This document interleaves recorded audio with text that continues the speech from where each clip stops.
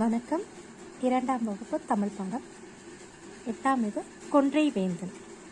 கொன்றை வேந்தனை எழுதியது ஔவையார், அவை பிராட்டி. என்ன முதல்ல வருதுன்னா, அன்னையும் பிதாவும் முன்னறி தெய்வம். அன்னையும் பிதாவும் முன்னறி தெய்வம். அன்னை என்றால் தாய், நம்மளோட அம்மாவை அன்னை சொல்லுவாங்க. பிதா என்றால் அப்பா, நம்மளோட தகப்பன், தந்தை இருக்காரு இல்லையா, பிதா அவர். அன்னையும் பிதாவும் முன் அறி தெய்வம். நம்மளுடைய தாயும் தந்தையும் கண் முன்னே காணும் தெய்வங்களாகும். தெய்வம்னா நம்ம வணங்குவோம் இல்லையா, வணக்கம் வச்சு கோயிலில் போய் கும்பிடுவோம், வீட்டில் விளக்கேற்றி கும்பிடுவோம். அதுங்கெல்லாம் முன்னாடி நமக்கு கண் முன்னாடியே உயிரோடு நடமாடுற தெய்வங்கள் தாயும் தந்தையும்.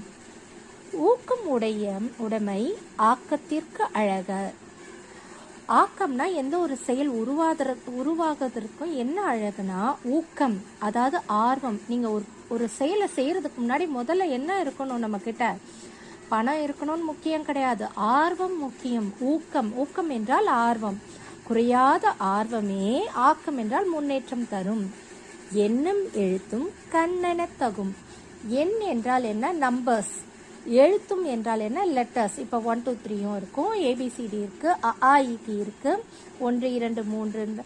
இந்த எண்ணையும் நம்ம வெறுக்கக்கூடாது, எழுத்துக்களையும் வெறுக்கக்கூடாது. இது இரண்டும் நமக்கு என்ன மாதிரியா, 2 கண்கள் மாதிரி. கணக்கும் நமக்கு முக்கியம், வாழ்க்கையில் மொழியும். எனக்கு கணக்கு மட்டும் பிடிக்கும், எனக்கு மொழி எழுத வராது, பேச வராதுன்னு சொல்லக்கூடாது. கணக்கும் மொழியும் நமக்கு 2 கண்கள் போன்றவை. கைப்பொருள் தன்னின் மெய்ப்பொருள் கல்வி. கைப்பொருள்னா நம்ம கைகளில் சேமித்து வைக்கிற ஒரு பொருள் இருக்கு இல்லையா, சேமித்த பொருளை விட ஒருவருக்கு எது உண்மையான செல்வம், கல்வியே உண்மையான செல்வம். நீ கையில் சேமித்து வைத்த பொருளை யாராச்சும் எடுத்துட்டு திருடிட்டு போயிடலாம், இல்லை நீ யாருக்காச்சும் மறந்து வச்சுட்டு போயிடலாம்.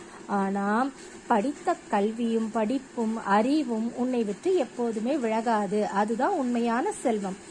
தீரா கோபம் போராய் முடியும். ஒருத்தங்களுக்கு மேலே கோபம் இருந்தால் அதை பேசி தீர்த்துடணும், இல்லை மன்னிச்சு விட்டுறணும். அதை நெடுநாள் கோபமாக வளர்த்துக்கிட்டே இருந்தோம் என்றால் அது பெரிய சிக்கலை, பெரிய போர் மாதிரி, வாக்குவாதம் மாதிரி போய் முடியும். நல்லிணக்கம் அல்லது அல்லல் படுத்தும். இணக்கம் இல்லாத நட்பு துன்பம் தரும். நல் இணக்கம், இணக்கம்னா ஒரு ஃப்ரெண்டு உங்களுக்கு இருக்காங்கன்னா அவங்களோட ஒரு நல்ல உங்களுக்கு ஒரு பாண்டிங், ஒரு ஃப்ரெண்ட்ஷிப் இருக்கும், ஒரு நல்ல புரிதல் இருக்கும். அதனால அது இணக்கம் இருக்கிறது தான் நட்பு. அந்த புரிதலே இல்லாம, ஒரு அண்டர்ஸ்டாண்டிங் ஒரு இல்லாம இருக்கிற நட்பு கண்டிப்பா நமக்கு ஒரு நாள் துன்பத்தை தான் தேடி தரும். நுண்ணிய கருமம் எண்ணி துணி. நுண்ணியனா சின்ன ஒரு செயல், ஒரு கருமம்னா ஒரு செயலை நீங்க செய்யறீங்க, அது ஒரு சின்ன செயலா இருந்தாலும் அதை செய்யறதுக்கு முன்னாடி சிந்தித்து முடிவெடுத்து விட்டு செய்ய வேண்டும். ஒரு சின்ன செயல் தானே, நம்ம செஞ்சுட்டு அப்படியே செய்ய போற போக்குல செஞ்சிடலாம் அப்படின்னு நினைக்க கூடாது. ஒரு சிறிய செயலாக இருந்தாலும் சிந்தித்து முடிவெடுத்த பின்பே செய்ய வேண்டும். பொல்லாங்கு என்பவை எல்லாம் தவிர. பொல்லாங்கு என்பவை எல்லாம் தவிர. தீமை தவிர எல்லாவற்றையும், தீமை இது இது தருது, இதை மட்டும் நான் செஞ்சுக்கவா அப்படின்லாம் இல்லை. தீமை எதெல்லாம் தருதோ அந்த எல்லா செயலையுமே நம்ம தவிர்த்து விலகி விட்டுறணும். அந்த தீமையிலிருந்து ஃபுல்லாவே நம்ம விலகி இருக்கணும். மருந்தே ஆயினும் விருந்தோடு உண். மருந்தே ஆயினும் விருந்தோடு உண். அமிர்தம் போன்ற அரிய உணவையும் பகிர்ந்து உண்ண வேண்டும் அப்படின்னு சொல்றாங்க. அமிர்தம்னா அமிர்தம்ன்றத இங்க மீன் பண்றது. ஒரு ரொம்ப கிடைக்கிறதுக்கு அரிய உணவு உங்ககிட்ட இருந்தாலும் அந்த நேரத்துல உன் அருகாமையில இருக்கிற உன் கூட இருக்கிறவங்ககிட்ட பகிர்ந்து உண்ண வேண்டும். அது அடுத்த வேலைக்கோ இல்லை எனக்கு மட்டுமே வேணும்னோ அதை எடுத்து வைக்க கூடாது. பகிர்ந்து உண்ணுதல் தான் தமிழர்களோட பண்பாடு. முற்பகல் செய்யின் பிற்பகல் விளையும். அதாவது நீ என்ன ஒரு செயல் செய்தாலும் அதுக்கான எதிர்விளைவு எப்பவுமே எல்லாருக்கும் இருக்கும். அதனால செயல்களுக்கு ஏற்பவே விளைவுகள் இருக்கும். இதுக்கான உண்மையான முற்பகல் நீ ஒன்று செஞ்சுட்டேன்னா அதை பிற்பகலுக்குள்ள அதுக்கான ரிசல்ட் உனக்கு கிடைச்சிரும்.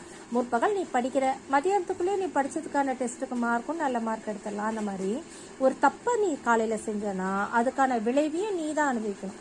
ஒரு நல்ல ஹார்ட் ஒர்க்கு, ஒரு விடாமுயற்சியில நீ ஒன்று பண்ணா அதுக்கான வெற்றியும் உனக்கு தான் கிடைக்கும். நீ என்ன செய்யறியோ அதுதான் உனக்கு கிடைக்கும் என்பதை இதுல சொல்றாங்க. இது என்ன ஹெட்டிங், கொன்றை வேந்தன். இதை எழுதியது யாரு, ஔவையார், நமது அவ்வை பிராட்டி எழுதியிருக்காங்க. ஓகே ஃப்ரெண்ட்ஸ், பிடிச்சிருந்தா லைக் பண்ணுங்கள், ஷேர் பண்ணுங்கள், சப்ஸ்கிரைப் பண்ணுங்கள்.